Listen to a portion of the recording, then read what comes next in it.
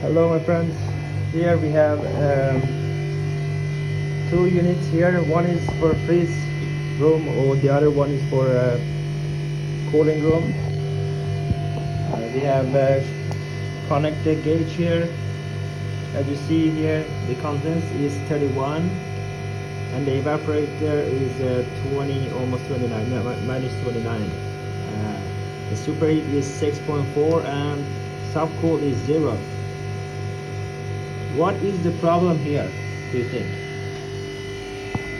As you see, the compressor there is freezing and there's some bubbling here. So what can be the cause of this problem? It's working.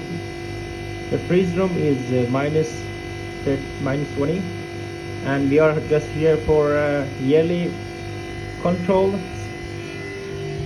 So, but I don't think it's working as it should work. So tell me please, what do you think about this?